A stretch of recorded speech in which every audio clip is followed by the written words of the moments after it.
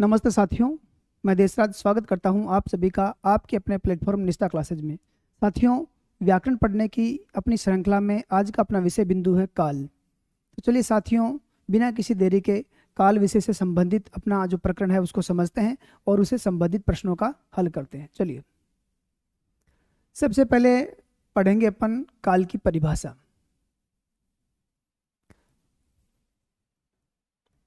परिभाषा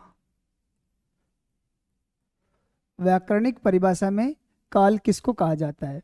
तो क्रिया के होने का जो समय है उसको काल कहते हैं, यानी कि क्रिया के होने के समय को काल कहते हैं। चलिए परिभाषा में लिख लेते हैं। क्रिया के होने के समय को काल कहा जाता है। सीधी सरल परिभाषा है, क्रिया के होने के समय को काल कहा जाता है। कितने प्रकार हैं काल के हिंदी व्याकरण में? तो लिखते हैं काल के प्रकार या भेद। 3 प्रकार हैं काल के हिंदी व्याकरण में। लिखते हैं काल के 3 प्रकार हैं, सब जानते हैं लगभग। भूतकाल, वर्तमान काल और तीसरा है भविष्यत काल।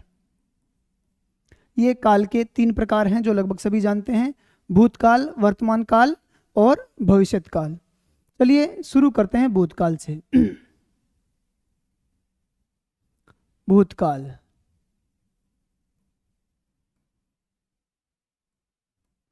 परिभाषा लिखते हैं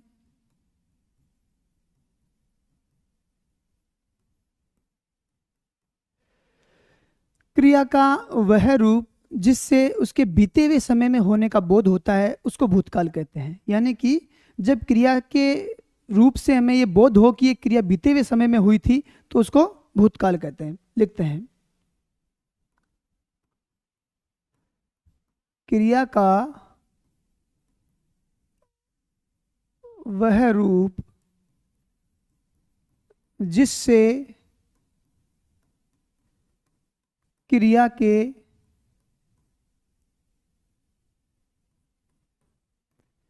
बीते हुए समय में होने का बोध हो उसे भूतकाल कहते हैं। क्रिया का वह रूप जिससे क्रिया के बीते हुए समय में, क्रिया बीते हुए समय में हुई थी, इसका बोध होता है तो उस क्रिया के रूप को भूतकाल कहते हैं। ये अपने भूतकाल की परिभाषा हो गई। अब आगे बात आती है भेद या प्रकार। तो भूतकाल के 6 भेद होते हैं। कितने भेद होते हैं? 6।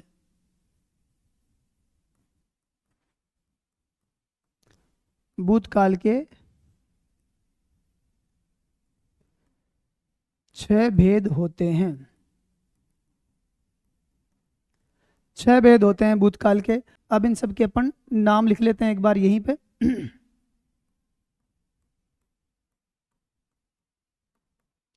सामान्य भूत, दूसरा है आसन्न भूत, तीसरा है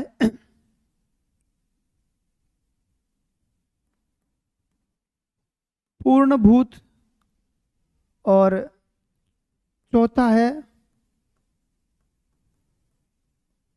अपूर्ण भूत, पांचवा है संदिग्ध भूत और छठा है हेतु मदभूत। ये भूतकाल के 6 भेद है या 6 रूप हैं। सामान्य भूत, आसन्न भूत, पूर्ण भूत और अपूर्ण भूत, संदिग्ध भूत और हेतु हेतुमत भूत।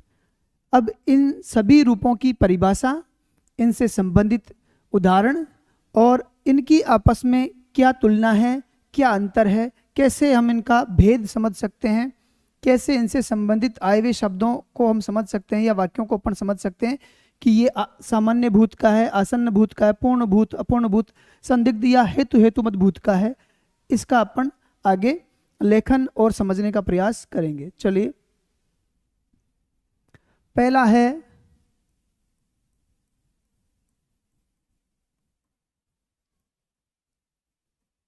सामान्य भूत। क्रिया जब सामान्य रूप से बीते हुए समय का बोध कराती है, तो वह ये बोध नहीं कराती कि क्रिया अभी थोड़े समय पहले हुई है या बहुत समय पहले हुई है, तो उस रूप को सामान्य रूप या सामान्य भूत कहते हैं। भूतकाल का सामान्य रूप है या उसको सामान्य भूत कहते हैं। जब क्रिया का ये पता नहीं चलता कि क्रिया सामान्य रूप से अभी हुई है या बहुत पहले घटित हो गई थी, तो उसको सामान्य भूत कहते हैं। क्रिया का वह रूप जिससे क्रिया के सामान्य रूप से भूतकाल में होने का बोध होता हो,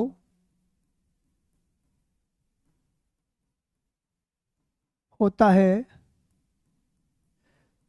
किंतु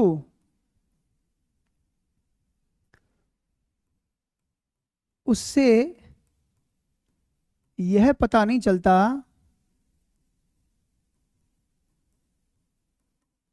कि क्रिया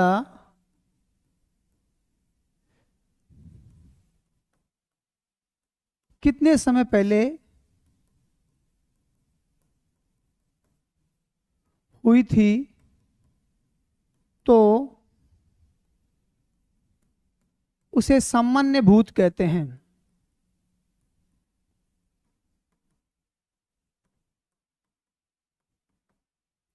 क्रिया का वह रूप जो सामान्य रूप से बताता है कि क्रिया भूतकाल में हुई थी, लेकिन उससे यह स्पष्ट नहीं होता कि क्रिया कितने समय पहले हुई थी, अभी अभी हुई थी या बहुत समय पहले हुई थी, उसको सामान्य भूत कहते हैं।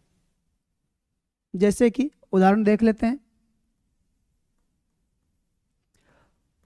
हम यही उदाहरण आगे वाले सभी भेदों में लागू करेंगे ताकि अपने को जो भेद हैं उनमें आपस में अंतर पता चल सके। तो लिखते हैं, मोहन ने खाना खाया। ये क्रिया का, भूतकालिक क्रिया का उदाहरण है। दूसरा है, रीना ने पढ़ाई की। ये एक और हो गया। विपिन ने मैच खेला। ये 3 उदाहरण हैं अपने जो सामान्य भूतकाल के हैं। मोहन ने खाना खाया, रीना ने पढ़ाई की और विपिन ने मैच खेला। अब इन वाक्यों से अपने को ये तो पता चलता है कि क्रिया भूतकाल में हुई है, लेकिन ये पता नहीं चलता कि ये क्रिया अभी अभी हुई है या बहुत समय पहले हुई थी। इस कारण ये सामान्य भूत है। चलिए आगे बढ़ते हैं। दूसरा भेद है भूतकाल का आसन्न भूत। आसन्न का मतलब होता है निकट या पास में।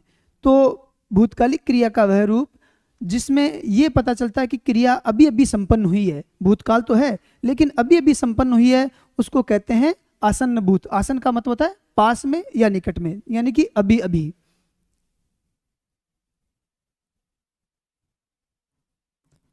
भूतकालिक क्रिया का वह रूप जिससे क्रिया के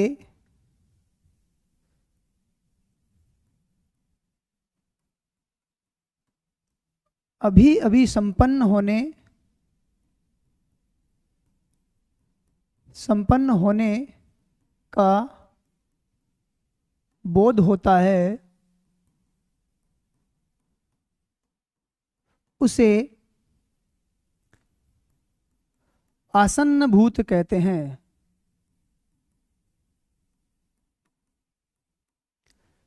भूतकालिक क्रिया का वह रूप जिससे ये पता चले कि क्रिया बहुत समय पहले नहीं बल्कि अभी अभी हुई है, उसको आसन्न भूत कहते हैं। अपन ने जो सामान्य भूत में जो 3 उदाहरण लिए थे, उन्हीं उदाहरणों से अपन समझेंगे, लेकिन इससे पहले उसकी पहचान देख लेते हैं। क्या पहचान है? इसमें पहचान ये है कि जो सामान्य भूत है उसके साथ में है और जुड़ जाता है। क्या पहचान है? सामान्य क्रिया का सामान्य भूत रूप प्लस क्या जुड़ जाता है या है। यदि एक वचन है तो ये है जुड़ता है, और बहुवचन है तो ये जुड़ जाता है। तो इसकी क्या पहचान है? जो क्रिया जो सामान्य भूत है उसमें जो क्रिया का रूप आया है उस रूप के साथ में है या है जुड़ जाता है, तो फिर वो क्या हो जाता है? आसन्न भूत बन जाता है। जैसे कि उन्हीं 3 उदाहरणों को अपन आगे लेते हैं। पहला उदाहरण था अपना, मोहन ने खाना खाया। इससे हमें यह पता नहीं चलता कि मोहन ने खाना कब खाया, अभी खाया है या बहुत पहले खाया था, लेकिन ये लिख दिया अपन ने आगे, मोहन ने खाना खाया है। तो जैसे ये है जुड़ जाता है, इससे ये पता चल जाता है अपने को कि जो खाने की क्रिया हुई है वह निकट भूतकाल में हुई है, अभी समीप ही समय में हुई है, आसन्न भूत में हुई है, ये समझ में अपने को आता है। दूसरा अपना उदाहरण क्या था? दूसरा अपना उदाहरण था, रीना ने पढ़ाई की। इससे भी हमें ये पता नहीं चलता कि क्रिया जो है अभी भूतकाल में हुई है, बहुत पहले हुई थी, लेकिन जैसे ही हम इसके आगे है जोड़ देते हैं, रीना ने पढ़ाई की है, ये है जुड़ते ही ये पता चल गया कि क्रिया आसन्न भूत में यानी अभी अभी हुई है, पढ़ाई की है यानी अभी की है। और तीसरा अपना उदाहरण था, विपिन ने मैच खेला। कब खेला? बहुत पहले खेला या अभी अभी खेला, ये पता नहीं चलता, लेकिन अभी बोल देते अपन खेला है। इससे हमें ये प्रकट हो जाता है कि मैच अभी अभी संपन्न हुआ है, विपिन ने मैच खेला है। ये आसन्न भूत की बात को प्रकट करते हैं। तो भूतकालिक क्रिया का वह रूप जिससे क्रिया के अभी अभी संपन्न होने का बोध होता है, उसे आसन्न भूत कहते हैं। और आसन्न भूत की क्या पहचान है? कि सामान्य भूत जो है उसमें क्रिया का जो रूप होता है उसके आगे है या है जुड़ जाता है। अगर एक वचन है तो ये वाला है, नहीं तो अनुस्वार के साथ है जुड़ता है। अब आगे है अपना तीसरा रूप, पूर्ण भूत। पूर्ण भूत आसन्न भूत का उल्टा होता है, यानी क्रिया का वह रूप या भूतकालिक क्रिया का वह रूप जिससे भूतकाल में क्रिया के बहुत समय पहले होने का बोध होता है, उसको पूर्ण भूत कहते हैं। चलिए लिख लेते हैं।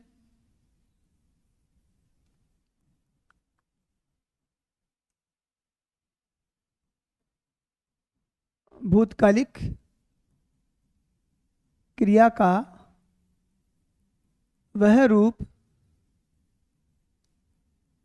जिससे क्रिया के भूतकाल में बहुत समय पहले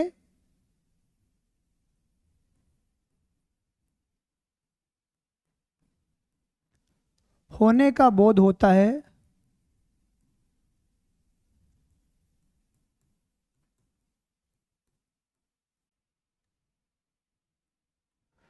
उसे पूर्ण भूत कहते हैं। यहां तक समझ में आई? भूतकालिक क्रिया का वह रूप जिससे क्रिया के भूतकाल में बहुत समय पहले होने का बोध होता है उसे पूर्णभूत कहते हैं। इसकी क्या पहचान है?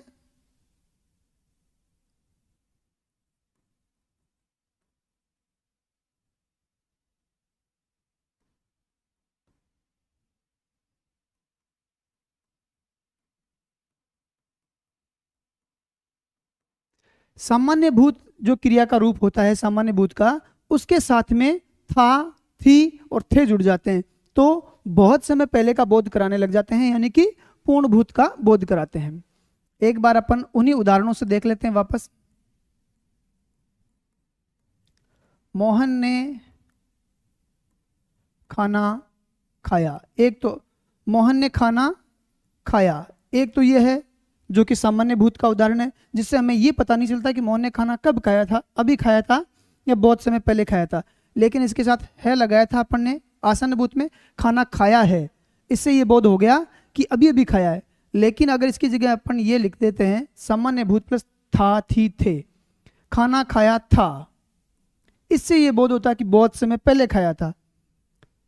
ये था लगाने से पूर्ण भूत बन जाता है। दूसरा उदाहरण था अपना, रीना ने पढ़ाई की। ये सामान्य भूत का उदाहरण था, फिर अपन ने इसमें है जोड़ा तो आसन्न भूत बन गया। पढ़ाई की है यानी अभी अभी। लेकिन यदि इसको पूर्ण भूत में बदलना है तो क्या करेंगे? पढ़ाई की थी, किसी जमाने में की थी, बहुत समय पहले की थी, तो ये थी लगते ही अपने था और थी दोनों के उदाहरण देख लिए। पढ़ाई की थी, ये पूर्ण भूत है यानी बहुत समय पहले की थी।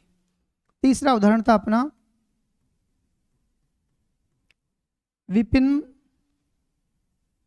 विपिन ने मैच खेला। यह सामान्य भूत का उदाहरण था और खेला है करते क्या हुआ था? आसन्न भूत यानी निकट भूतकाल का बोध होता है। और इसका अपन ने अगर था लगा दिया, खेला था, इसका मतलब बहुत समय पहले खेला था, तो ये पूर्ण भूत में बदल गया। तो अब तक अपन ने सीख लिया सामान्य भूतकाल, आसन्न भूतकाल और पूर्ण भूतकाल, जिनको अपन भूत बोल रहे हैं। चलिए भूतकाल का चौथा भेद अपन देखते हैं।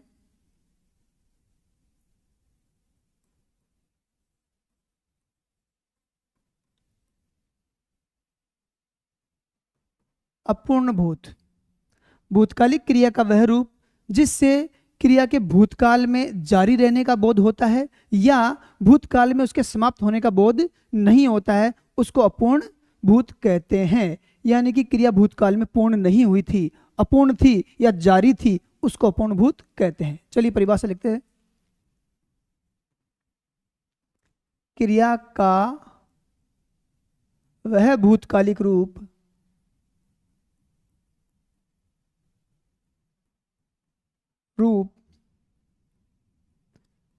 जिससे क्रिया के भूतकाल में जारी रहने का बोध होता है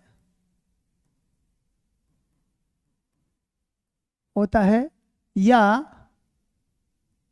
बोध होता है या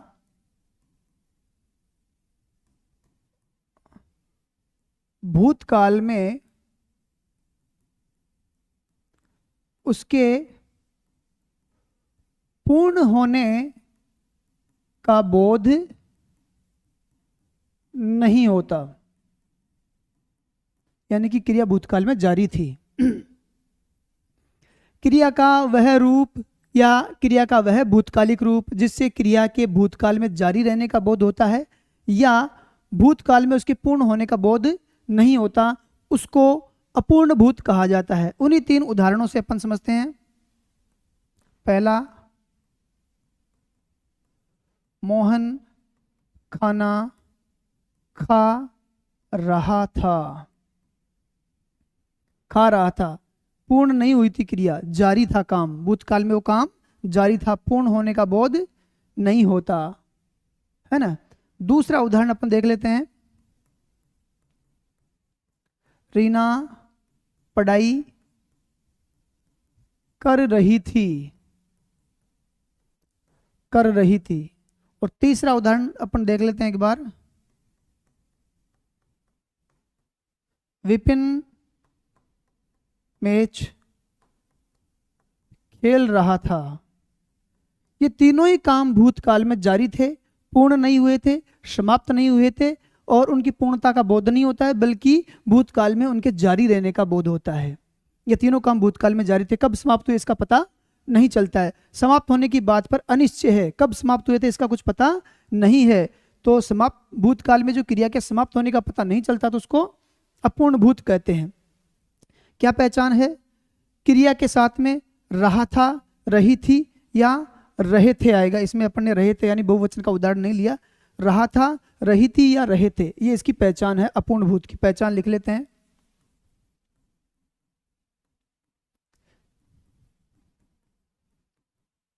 क्रिया के साथ क्या होगा? रहा था, रही थी या रहे थे। क्रिया के साथ में ये शब्द आएंगे तो क्रिया अपूर्ण भूत कहलाएगी। ये पहचान है। चलिए आगे बढ़ते हैं। पांचवा भेद, भूत का पांचवा भेद है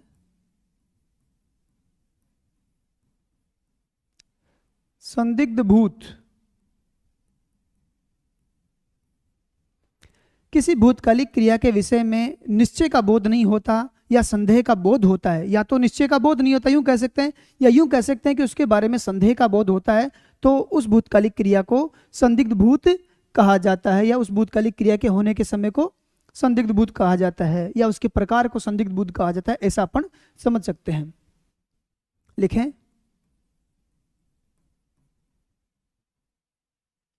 किसी भूतकालिक क्रिया के होने में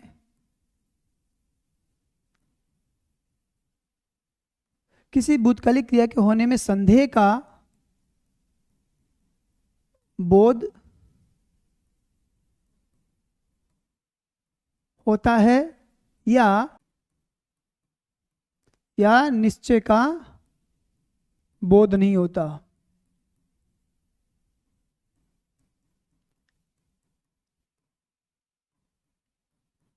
उसे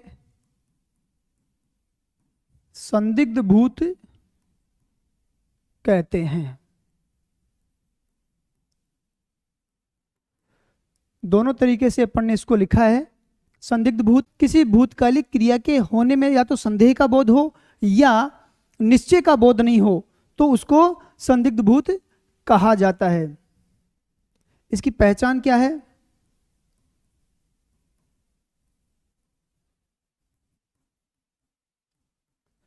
सामान्य भूत यानी जो क्रिया का जो सामान्य भूतकाल का जो रूप है उसका, और उसके साथ में होगा एक चीज और, होगा,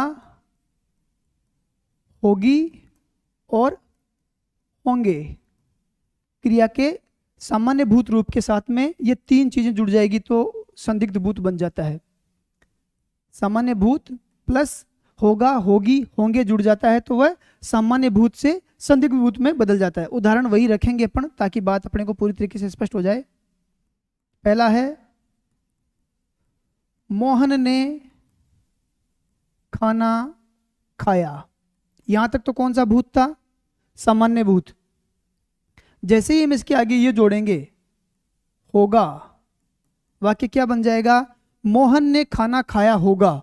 अब निश्चय का बोध नहीं होता है और इस भूतकाल में इस क्रिया के होने पर संदेह बन गया कि खाना खाया था या नहीं खाया था। तो जैसे ही हमने ये होगा शब्द जोड़ा तो सामान्य भूत से संदिग्ध भूत में बदल गया वाक्य। ये होगा होगी से होता है। दूसरा है, रीना ने पढ़ाई की। यहां तक तो बात सामान्य भूत की थी कि भूतकाल में पढ़ाई की, अभी की या पहले की ये पता नहीं होता, इसलिए सामान्य भूत है। लेकिन जैसे ही हम इसके आगे जोड़ेंगे पढ़ाई की होगी,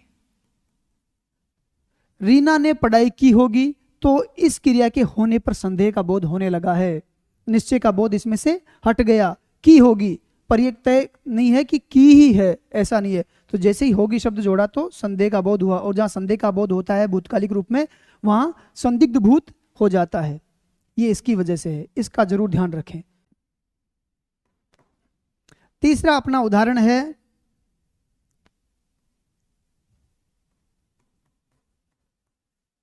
विपिन ने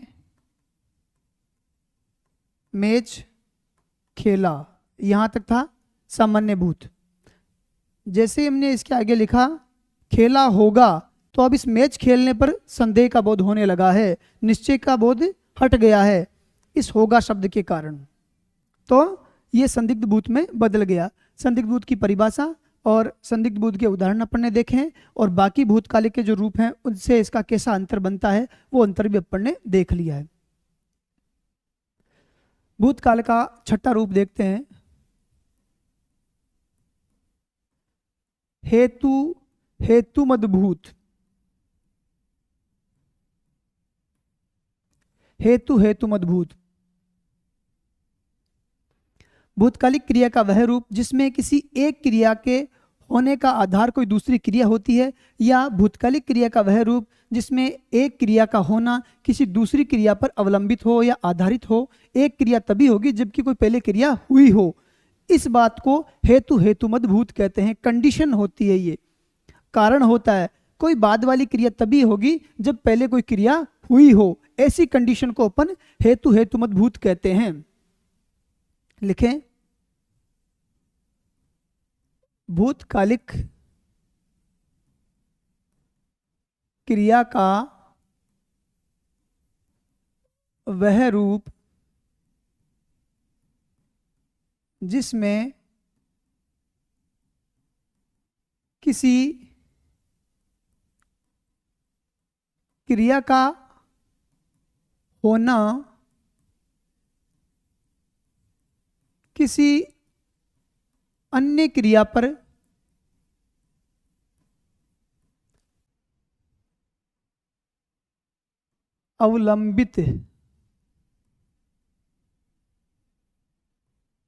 अवलंबित या आश्रित होता है, वहां हेतु हेतुमद भूत होता है। भूतकालिक क्रिया का वह रूप जिसमें किसी क्रिया का होना किसी अन्य क्रिया पर अवलंबित यानी कि आश्रित होता है, वहां हेतु हेतुमद भूत होता है। बाद वाली क्रिया तभी होगी जबकि पहले वाली क्रिया हुई होती। उदाहरण देख लेते हैं।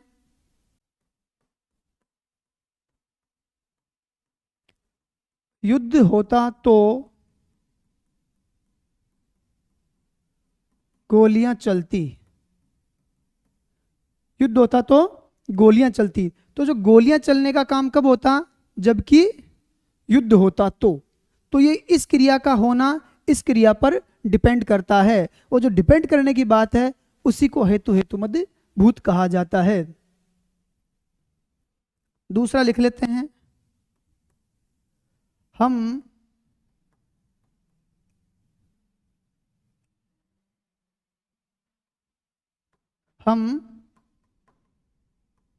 खो खो खेलते तो जीतते। वाक्य है, हम खो खो खेलते तो जीतते। तो जीतते ये क्रिया किस पर डिपेंड करती है? खेलते तो। किस पर? खेलते तो। जीतना किस पर डिपेंड हुआ? खेलना। तो ये बाद वाली क्रिया पहले वाली क्रिया पर अवलंबित है, इसी को हेतु हेतुमद भूत कहा जाता है। अब तक अपन ने काल की परिभाषा, काल के भेद, भेदों की परिभाषा, और उनमें से भूतकाल की परिभाषा, भूतकाल के भेद यानी कि भूतकाल के उपभेद और उपभेदों में अंतर, उनके उदाहरण, परिभाषा वगैरह अपन ने देख लिया है। आगे अपन पढ़ेंगे वर्तमान काल। अब है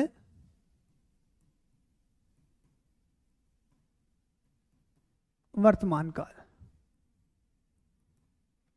वर्तमान काल क्या है? क्रिया जब सामान्य रूप से वर्तमान समय में होती है तो उसको वर्तमान काल कहते हैं। लिखिए परिभाषा।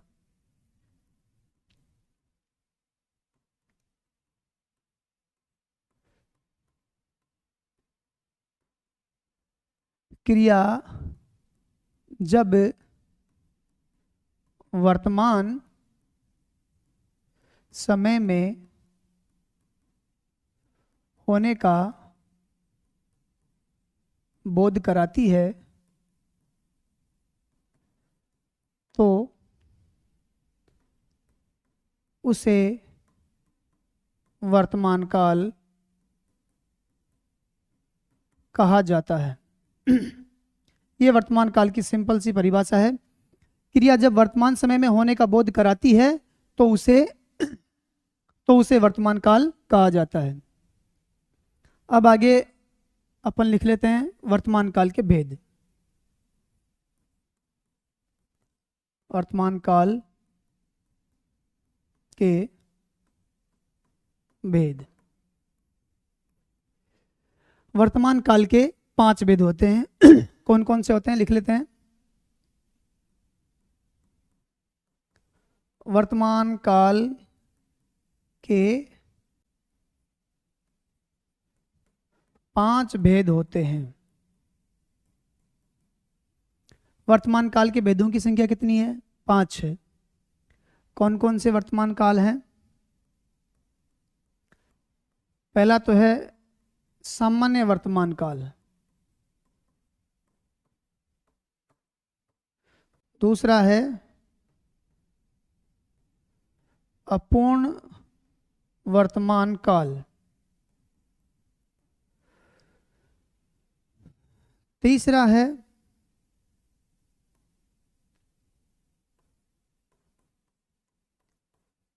संदिग्ध वर्तमान काल और चौथा है संभाव्य वर्तमान काल और पांचवा है आज्ञात वर्तमान काल। ये वर्तमान काल के 5 भेद होते हैं। सामान्य वर्तमान काल, अपूर्ण वर्तमान काल, संदिग्ध वर्तमान काल, संभाव्य वर्तमान काल और आज्ञात वर्तमान काल। अब इनमें से एक एक की परिभाषा और उदाहरण अपन देख लेते हैं, क्या अंतर है वो देख लेते हैं। वर्तमान काल का पहला भेद है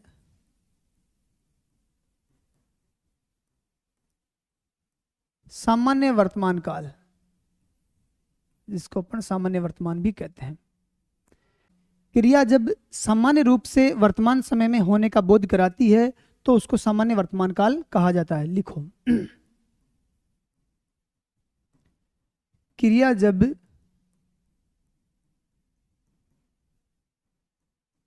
सामान्य रूप से वर्तमान समय में होने का बोध कराती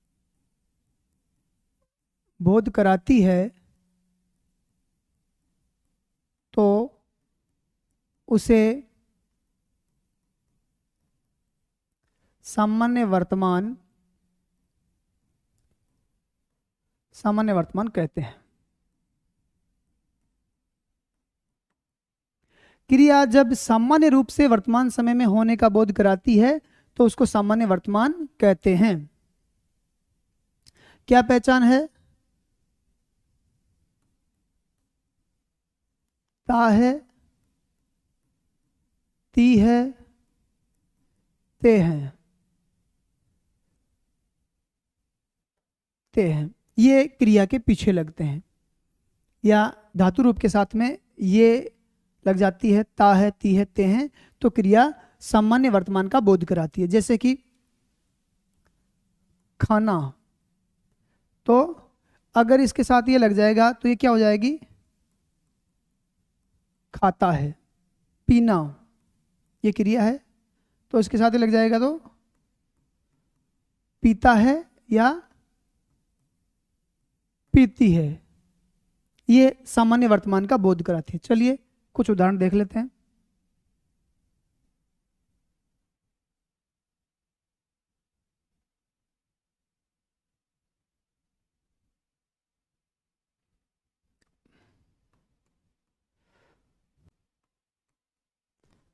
राघव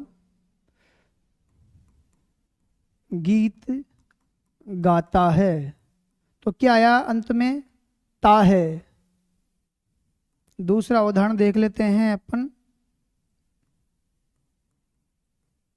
मोहन नृत्य करता है, क्या आया? ता है। इसी प्रकार जिस क्रिया के अंत में ता है, ती है, ते हैं आते हैं, वह सामान्य वर्तमान का बोध कराती है। चलिए अगला रूप। वर्तमान काल का दूसरा भेद है अपूर्ण वर्तमान।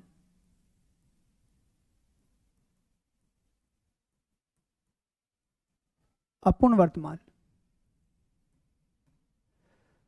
वर्तमानकालिक क्रिया का वह रूप जिसमें क्रिया के वर्तमान में जारी रहने का बोध होता है या क्रिया के वर्तमान में समाप्त होने का बोध नहीं होता है, उसको अपूर्ण वर्तमान कहते हैं। लिखें परिभाषा। क्रिया का वह रूप जिससे क्रिया के वर्तमान में जारी रहने का बोध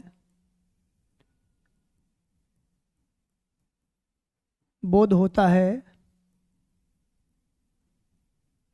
उसे अपूर्ण वर्तमान कहते हैं। उसे अपूर्ण वर्तमान कहते हैं। क्रिया का वह रूप जिससे क्रिया के वर्तमान में जारी रहने का बोध होता है, उसे अपूर्ण वर्तमान कहते हैं। और इस अपूर्ण वर्तमान को तात्कालिक वर्तमान भी कहते हैं। ये ध्यान रखने वाली बात है, अपूर्ण वर्तमान को तात्कालिक वर्तमान कहते हैं। उदाहरण देख लेते हैं, पहचान देख लेते हैं। पहचान क्या है इसकी?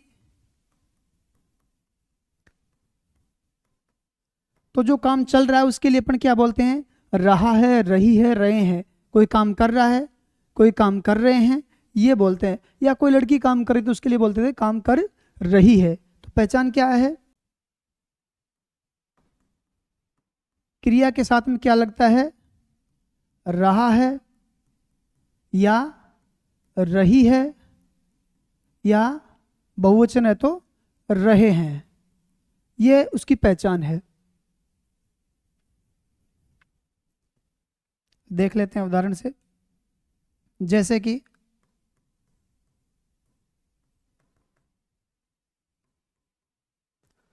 मोहन नृत्य कर रहा है, ये अपूर्ण वर्तमान या तात्कालिक वर्तमान है।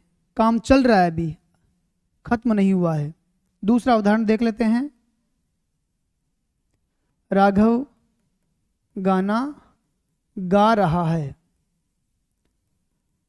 या एक और उदाहरण दे सकते हैं।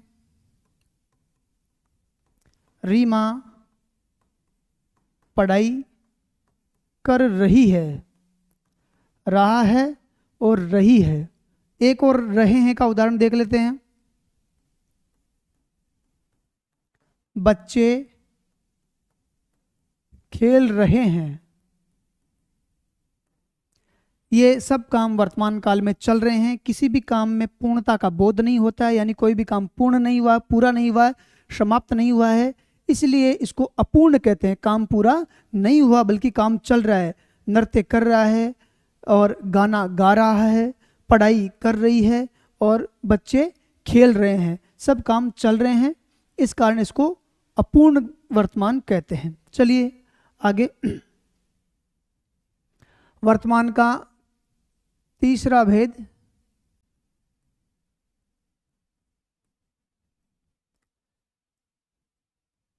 संदिग्ध वर्तमान। संदिग्ध वर्तमान, वर्तमान का तीसरा भेद है संदिग्ध वर्तमान। वर्तमान कालिक क्रिया का वह भेद जिससे क्रिया के वर्तमान में होने पर संदेह हो जाए उसको संदिग्ध वर्तमान कहते हैं। लिखें परिभाषा। वर्तमान कालिक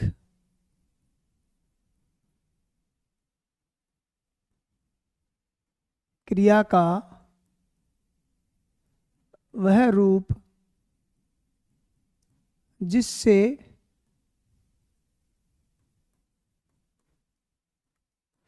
क्रिया के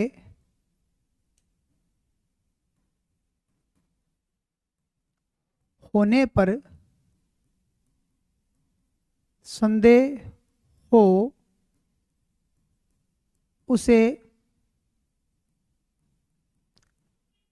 संदिग्ध वर्तमान कहते हैं।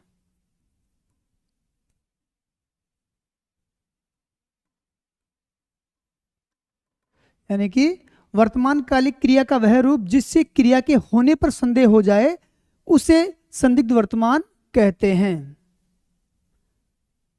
कैसे होगा, उन्हीं उदाहरणों को अपन संदेह में बदल करके देख लेते हैं ताकि अपनी बात क्लियर हो जाए। इसकी पहचान क्या है?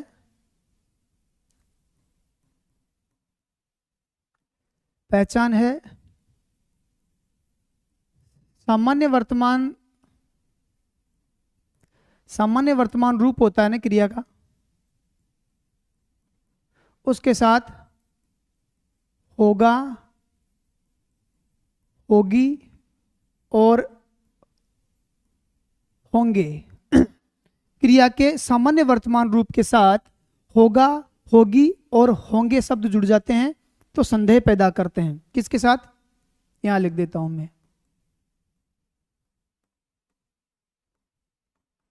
क्रिया के सामान्य वर्तमान रूप के साथ होगा, होगी और होंगे ये शब्द जुड़ करके संदेह पैदा करते हैं और उसको संदिग्ध वर्तमान कहते हैं।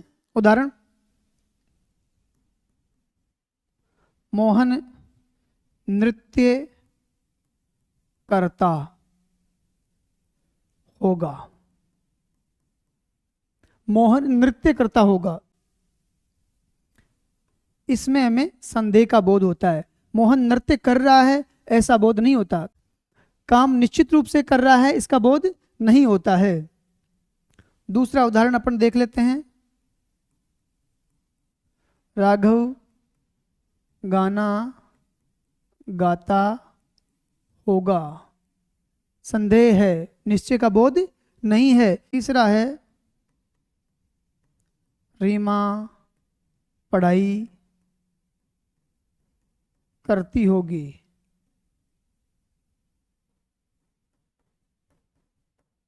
रीमा पढ़ाई करती होगी, इसमें पढ़ाई करने का जो काम है उसमें निश्चय का बोध नहीं होता बल्कि संदेह का बोध होता है, इसलिए इसको संदिग्ध वर्तमान कहते हैं। चलिए आगे बढ़ते हैं। वर्तमान का चौथा भेद है संभाव्य वर्तमान।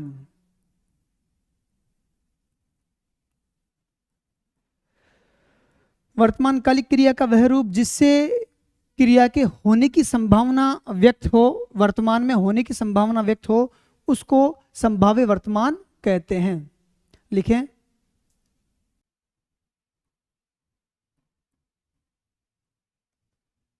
वर्तमान कालिक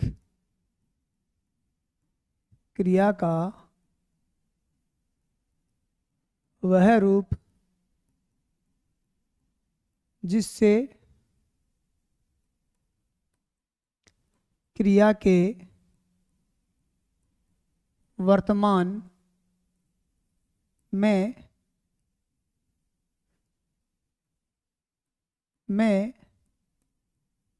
होने की संभावना प्रकट हो उसे संभाव्य वर्तमान कहते हैं। वर्तमान कालिक क्रिया का वह रूप जिससे क्रिया के वर्तमान में होने की संभावना व्यक्त होती हो तो वहां पर संभाव्य वर्तमान काल होता है या उसको संभाव्य वर्तमान कहते हैं।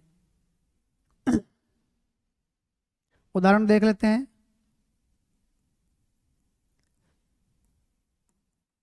जैसे कि शायद आज पिताजी आते हों। शायद आज पिताजी आते हों।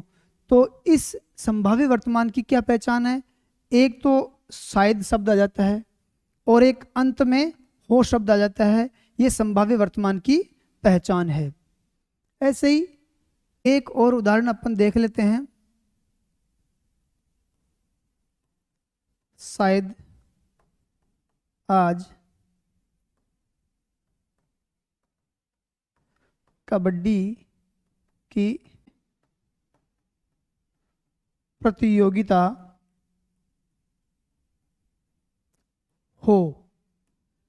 शायद आज कबड्डी की प्रतियोगिता हो, तो ये शायद और ये हो, ये संभावना को व्यक्त करते हैं, इसलिए यहाँ पर संभाव्य वर्तमान है।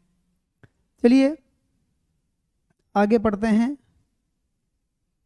वर्तमान का 5वां भेद है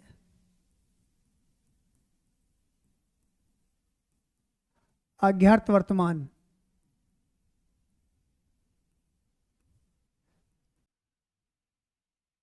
वर्तमान का 5वां भेद है अज्ञात वर्तमान। वर्तमान कालिक क्रिया का वह रूप जिसमें वर्तमान काल में आज्ञा का बोध होता है उसको अज्ञात वर्तमान कहते हैं। चलिए लिखें। वर्तमान कालिक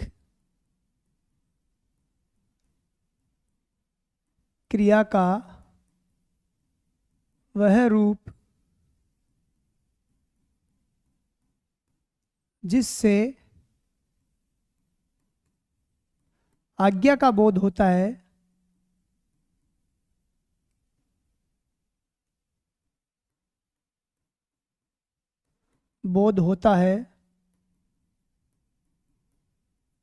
उसे अज्ञात वर्तमान कहते हैं। वर्तमान कालिक क्रिया का वह रूप जिससे आज्ञा का बोध होता है उसे अज्ञात वर्तमान कहते हैं। अज्ञात वर्तमान कहते हैं। जैसे कि उदाहरण से देख लेते हैं।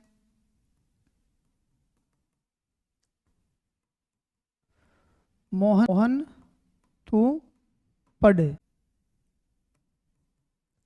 रीमा चाय बना। ये वर्तमान में आज्ञा का बोध कराते हैं, इसलिए अज्ञात वर्तमान के उदाहरण हैं। चलिए वर्तमान काल अपना पूरा हो गया है। अब आगे बढ़ते हैं भविष्य काल पर।